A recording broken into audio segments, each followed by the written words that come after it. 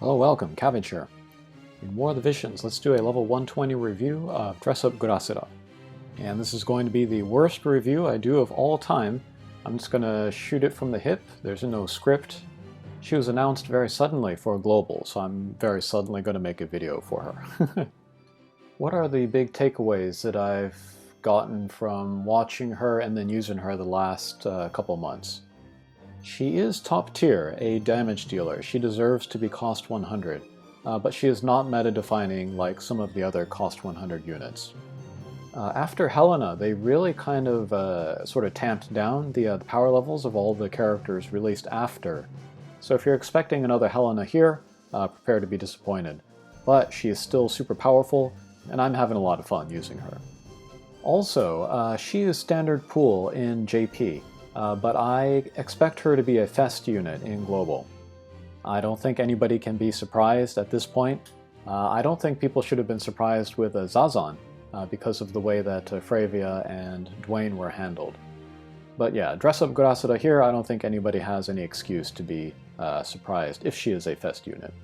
And one last top line thing, I really only see her in teams with at least one other fire unit.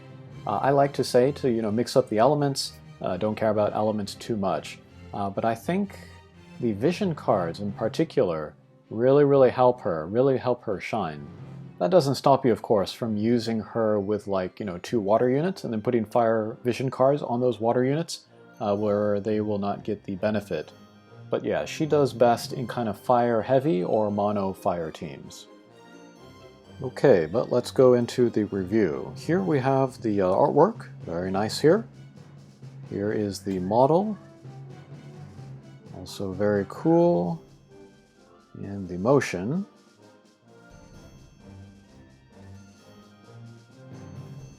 Okay, very graceful. Alright, and then we got these stats. HP is average, magic is high of course. A little bit of base defense, which is very nice. Move 3, jump 1. And then her regular attack will have a range of 2 actually. We can see that here. So she's kind of like a shorter range Garble in that sense. And this will be a magic scaled attack. So this is a pretty good regular attack actually. She can equip maces, hats, clothes, and other accessories.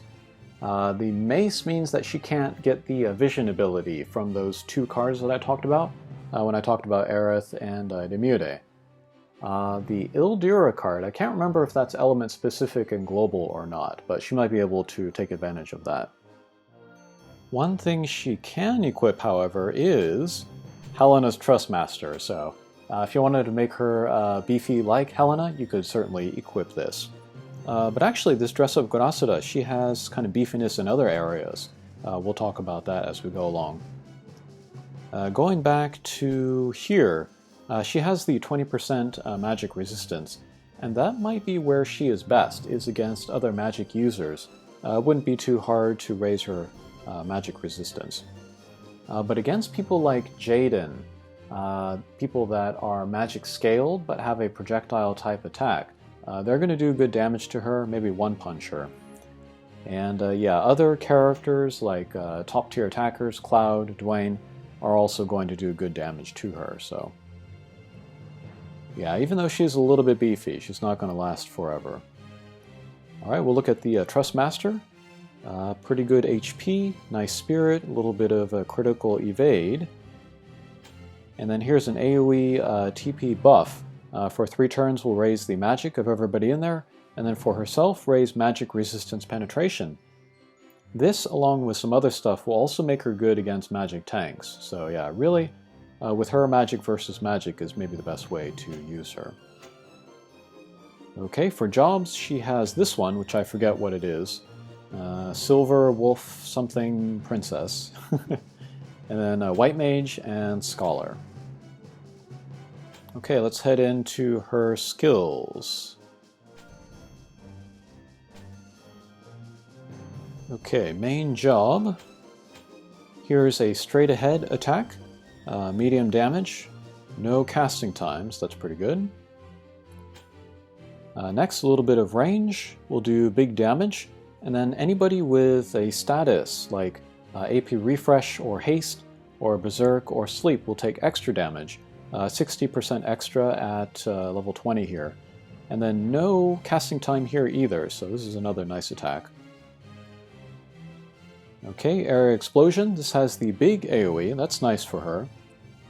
Will raise her Spirit Penetration, so that's yet another way that she is good against magic tanks.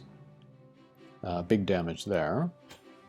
Okay, short range here, shorter casting times, that's nice. Small damage has a chance of inflicting Berserk, so she can raise her own damage. Here is another AoE TP buff. Will raise magic for everybody around her, and then greatly increase magic for herself. That's kind of funny.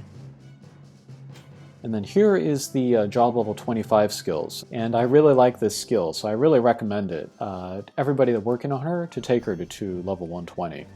But big damage will reduce CT gauge, so that will slow down guys. And a pretty good range as well. Depending on the map, this would be good. Also nice for farming. Okay, and then the sub-job, AoE TP skill, and then this will cause sleep on guys. So again, she can raise her own damage in that way. Triple Bite. This is a 3-hit magic scaled attack, so this would be great for raids. Medium damage. And another AP skill, medium range AoE.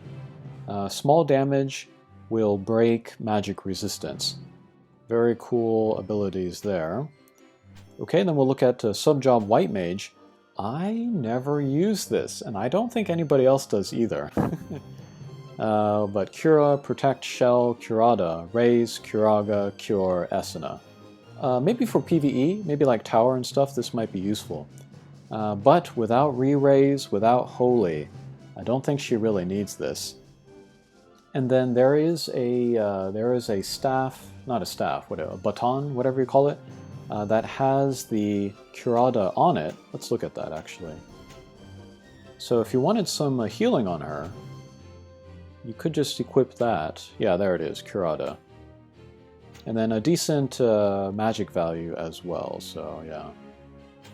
I really don't think she needs the White Mage sub-job. Okay, then we get to the Scholar sub-job, which is interesting. Here, self-buff TP will raise her own CTs, so she can act again pretty soon, and then raise her casting time, or shorten her casting time, rather. Okay, medium damage attack will break attack, a little bit of casting time here as well. Okay, here's another big AoE attack, medium damage, and then we'll also drain. She'll get some of the HP back, so some self-sustainability there too. Again though, a casting time. I think if you use her, you really want to use a vision card or something that can lower the casting time. Okay, here's a very vanilla attack. Range, small damage, so-so casting time. And then here, self-buff will raise own defense for 3 turns, and then also raise defense break resistance. I usually use either this one, the Scholar, or her main sub-job. But yeah, it's kind of like her main job here. This has all the best skills that you're going to use anyway. And then when I used her on in Arena, Auto Battle would often prioritize these main job skills. Okay, support abilities. We got Magic Attack up, Spirit Penetration up, and then Casting Time Shorten. I think I have this on 100% of the time. And then here's another Casting Time Shorten, but I'm usually using the Scholar one, which will raise defense and accuracy. So yeah, if I put this on her, we can see her defense go up to 20. So 20% cut to all physical attacks. That's pretty good. And then reaction abilities, I have this one on. When she takes magic damage, she has a chance to evade, so magic reflex. That's another reason why to pit her against magic attackers. Counter Logos, when she takes damage, she will counterattack. And Regenerator, if you want to extend her survivability. Okay, Limit Break, very far range, a little bit of AoE, no casting time. For 3 turns will lower reaction ability percentage, so terrific against Cloud, terrific against Yuna, people like that.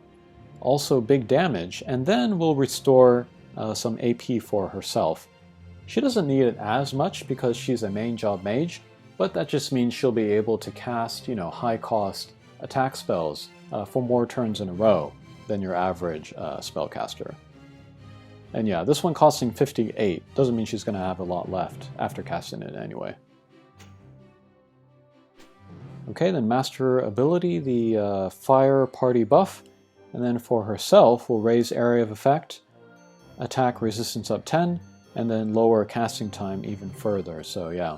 She's got a lot of self-support for getting her spells out quickly. Okay, so that was maybe the quickest turnaround I've ever done for a review. Hopefully that was helpful. She is worth it. I am enjoying using her. I'm biased a little bit because she is fire element, but yes, very strong. Definitely deserves to be a cost 100 unit. Okay, thanks for watching and we'll see you again. Take care.